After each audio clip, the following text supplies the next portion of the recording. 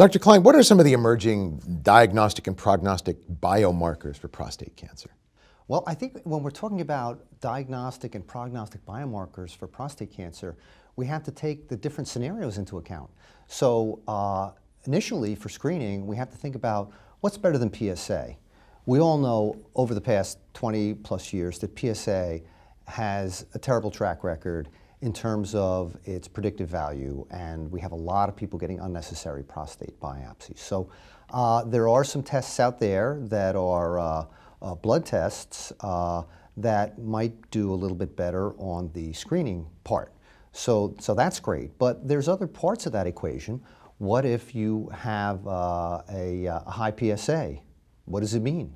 So there is some testing that can be done to say, is this real? Is this not real? Then those people that have high PSAs and have to go to biopsy, what do they do with the biopsy result?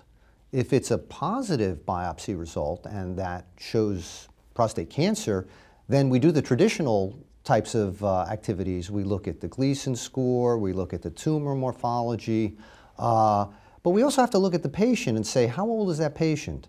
And today, that's one of the predicators for deciding what to do.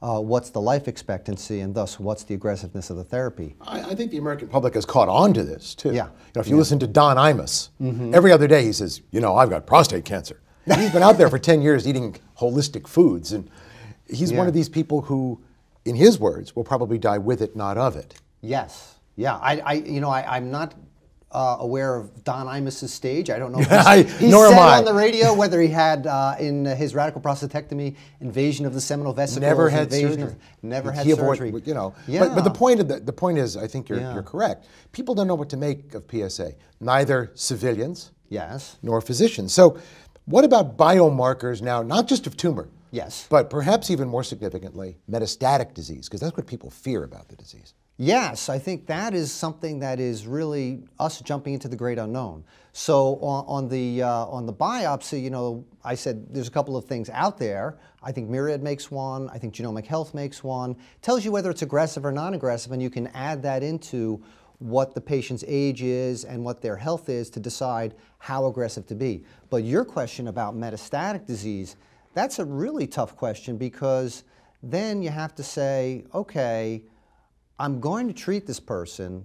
I have my usual set of information, but is there other information I can get? And I'm not aware of anything that is out there right now that is going to tell us in metastatic disease what we should do. And I think the trials that are going on that we'll talk about probably in a little while might lead us to try to answer those questions, because those are the ones we need answered. And of course, again, with this disease, and with many other tumors, it isn't so much is there metastatic disease, but is this disease progressing? Yes. Because if you have a metastasis and it's going nowhere, I hate to say it in these terms, but so what?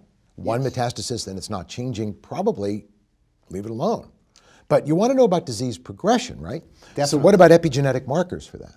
Well, I think that's where we need to go. And I think now that we have some degree of skill in understanding next-gen sequencing, it's still a little bit fuzzy.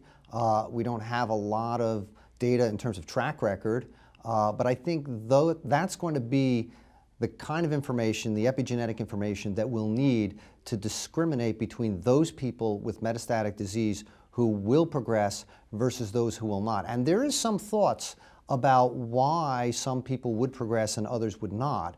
And that really centers on what is the tumor population heterogeneity and what are the different subpopulations doing. Some may be very hormonally responsive and can be suppressed easily. Others may not.